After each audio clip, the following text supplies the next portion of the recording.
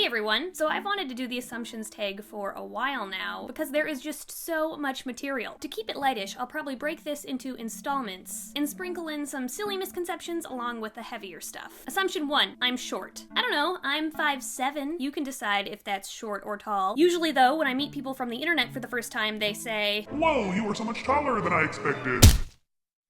So yeah, if you meet me, expect taller than you're ready for. Assumption 2, I experience the same dysphoria as other non-binary people because non-binary folks all experience the same dysphoria. No, this rebuttal is gonna be long. Buckle up.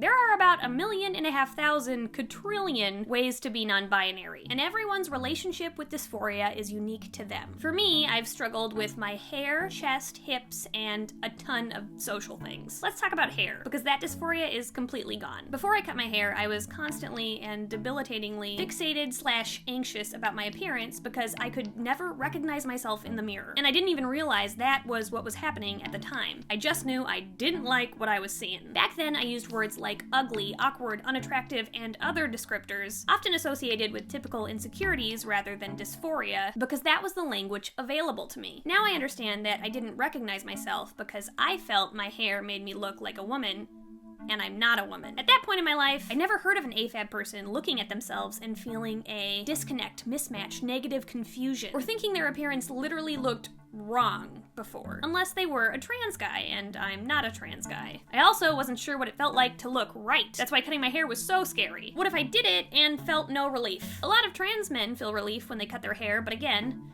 not a trans man. Feminine gals get cute pixie cuts, but that definitely wasn't me either. And there are cis women who go short for a more masculine look, but I didn't want to be a masculine woman. Basically, most of my confusion and inability to name my gender dysphoria right away came from having minimal exposure to non-binary representation and/or healthy role models. What if I cut my hair and still felt this ugly weirdness forever? Thankfully, that didn't happen. I chopped it off, and since then, there have certainly been days I've felt like I looked hideous and am hecka self-conscious, but that disconnect, or my hair is foreign to me feeling, was gone. Now when I feel not cute, at least it still looks like me. Not, who is that person in the selfie I just took? I literally don't understand. Cutting my hair was the first time I drastically felt dysphoria being relieved, so it was incredibly profound. For me, it cemented understanding the difference between being dysphoric about something and not liking a personal feature unrelated to dysphoria. Because I don't just blame everything I'm not into on dysphoria, although that is another assumption some people have. For example, content warning discussion about menstruation until there's my period. While I dislike my period, I'm not dysphoric about it. Which brings us to this video's sponsor, Clue. The Clue app is a free period tracking app that is available for iPhone, iPad, Android phones, and tablets. It's not a contraceptive. If you want to avoid pregnancy, utilize birth control. I use Clue because I find it helpful for identifying patterns that occur in my body. For instance, I learned that I break out a day or two before my cycle. Also, the third day of my period is the worst for backaches. So I make sure I'm armed with my doll and heating packs. Also, I can set reminders for stuff like that, so I never forget, and I'm always prepared. Look at him. You're such a cat. I love you, cat. And while all those things are neat, the reason I really like Clue is because they work so hard at being super inclusive. The app doesn't assume anything about your sexuality, gender, and it actively uses gender-neutral language and design. This means it's not all pink and butterflies, and you can turn things off like the ovulation or fertility windows if they make you uncomfortable to see. This makes Clue a great choice for trans and non-binary people who want to track their cycle and get more info on their body without feeling misgendered the whole time. Plus, Clue is always open to feedback. If you ever have a suggestion for how the app could become even more comfortable for all kinds of folks. And on top of all of that, their website is full of useful resources on safer sex, coping with gender dysphoria, and how to find LGBT+ friendly healthcare. Rad, right? Like, actually incredibly cool and necessary. It makes cycle stuff accessible for people beyond cis women, which is so dope! Download Clue for free by clicking the link in the description, or search Period Tracker in the App Store and choose Clue. Alright, back to feelings on my Red Scare. I don't dig it. I get shitty cramps, nausea isn't fun, and I dislike spending cash money on menstrual products. My monthly oil change is anything but pleasant. If I could pay to never have Shark Week again, I'd totally do it. Sign me up. All that being said, my period doesn't make me feel confused, unlike myself, or panicked because there's a distressing incongruency between what's happening to me and what should be happening. I don't feel less like my gender on my period. I'm still non-binary, I'm just bloated. And I'll loop this back to assumption 2, just because I'm whatever about my crimson tide doesn't mean that all NB people are. Some folks are very dysphoric about that time of the month. It's okay and valid for people to be different. Also, another fun Aunt Flo related fact, several humans commented on my lube video, link above, it's a really good video, I dissolve a dildo in it,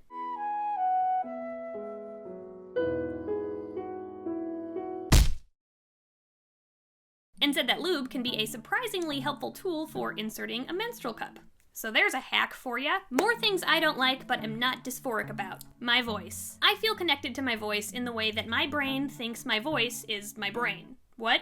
I feel connected to my voice in the way that my brain thinks that my voice is my voice. But boy oh boy am I self-conscious about it. Whenever a video of mine finds its way outside my regular audience, my voice is the first thing they go for, viciously. I am aware that I sound unique, high-pitched, chipmunk-like, squeaky, expressive, annoying, and grating in some people's opinions. Comments have told me to go on testosterone even if it causes me dysphoria, because my voice is a travesty and I should spare people from having to listen to it.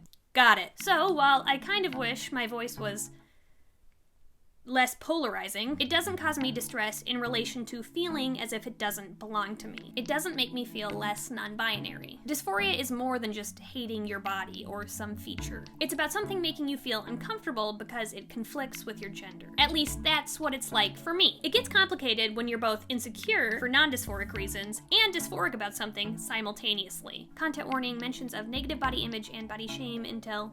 I've had personal challenges with my relationship with weight that I've been working on and will keep working on for non-dysphoric reasons, but also weight can make me feel dysphoric about my hips, because in my head, prominent hips make me look like a woman, and I'm not a woman. Dysphoria and insecurity can be like a Venn diagram. Some things are totally separate, but overlap is possible. Side note, folks on the internet like to call people's physical insecurities dysmorphia sometimes, even though they aren't licensed psychologists, doctors, or therapists, which is interesting to me since BDD is an official diagnosis we shouldn't just be assigning to strangers, and often involves things like obsessive compulsions, hallucinations as in perceiving or exaggerating flaws that are either non-existent or slight, extreme measures, and cause of clinically significant distress. Body dysmorphia is not the same as an insecurity the same way dysphoria isn't. And that's my hot take on that. My cat's just been here the whole time. Oh, did I wake you up? Sorry. Yeah, close your eyes. Cover your eyes up with your paw. I love you, little kitty. When you're non-binary, understanding what you might be dysphoric about versus what you just don't like, unrelated to dysphoria, can be confusing. Or it can be easy. It's easy for some people. My personal advice, feel free to take or leave it, what worked for me might not work for you, is if this stuff is really stressing you out, or you can't decide if you want to make a transitional change, especially an irreversible one, is don't rush into anything. Take your time, if you can. Give all these feelings and thoughts room to breathe and eliminate outside expectation. You are not a weirdo if you decide to make a change. And you're not a disappointing not trans enough person if you decide not to. You don't have to do anything. And on the flip side, your body and yourself are yours. You have total agency to alter something about your physicality, expression, or identity if you want to. And there is no timeline you should be sticking to with any of this stuff. You are doing good as long as you're doing whatever makes you happy and healthy and keeps you safe. Try to ignore any pressure you may feel from friends, society, the media, etc. Because it's not great to be making these kinds of decisions in order to make others happy or gain their approval. And approach choices slowly, thoughtfully, and safely. These issues can be tough. It's okay to not know, be unsure, or move gradually. You can also just sit in the not knowing. That's okay. You can just exist there. And you don't have to hide if you're not sure either. You can tell people, say, Hey, I'm unsure. I don't know what's going on. Want to talk to me about it? There's no pressure to do something if you're not ready or not sure. It took me 27 years to get to where I am today. Assumption 4, many of you think I'm 16.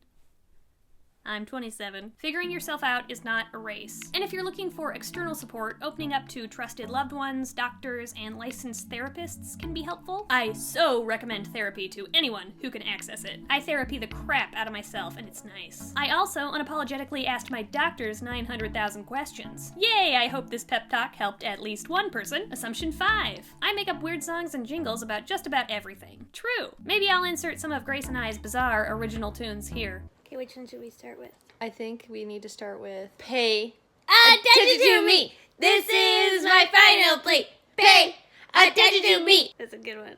I sing that when I want attention.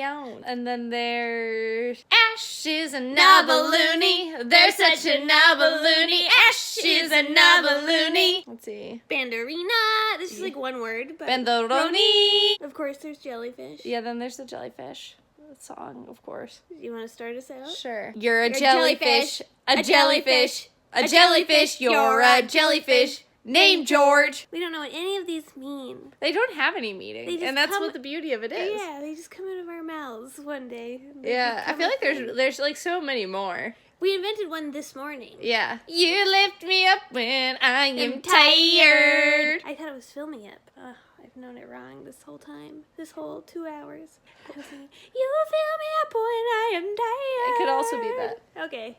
Yeah. Arthur. Yeah, there's an Arthur song. Do you remember? I'll start it off and see if you can finish. Arthur! He is a cat. Arthur! That is that! That might be it. I mean, it's not it. There's more, but... There's more. But that's like 5. Yeah, what do you want from us, people? 5 is enough. We can't give you all of our material. Yeah. Assumption 6. I like my coffee super sweet. Yes and no. I do love me some obnoxious creamers like Butterfinger and Thin Mint, but sometimes I find myself in the mood for a hot, black cup of joe. But I usually dip a donut in it. Is that cheating? Does that make it sweet? Assumption 7. I make sex education vids because they are scandalous and get lots of clicks and views. Actually, confession, I lose subscribers every time I post a sex ed video. Like a lot of subscribers, like 500 to 1,000 subscribers. But I'm not gonna stop because I'm passionate about safer sex, and I think the loss is totally worth it for the information to be put out there and made accessible. Yeah. Alright, that's it. Leave more assumptions about me in the comments below. Oof, that's a scary request. Don't be too mean, and I'll see you later. Okay, bye. Hey there, ho there, before you go there, don't forget to click that link. The YouTube algorithm works in very strange ways. A click's the best way to give Ash Hardell your praise. So hey, ho, before you go, don't forget to click that link.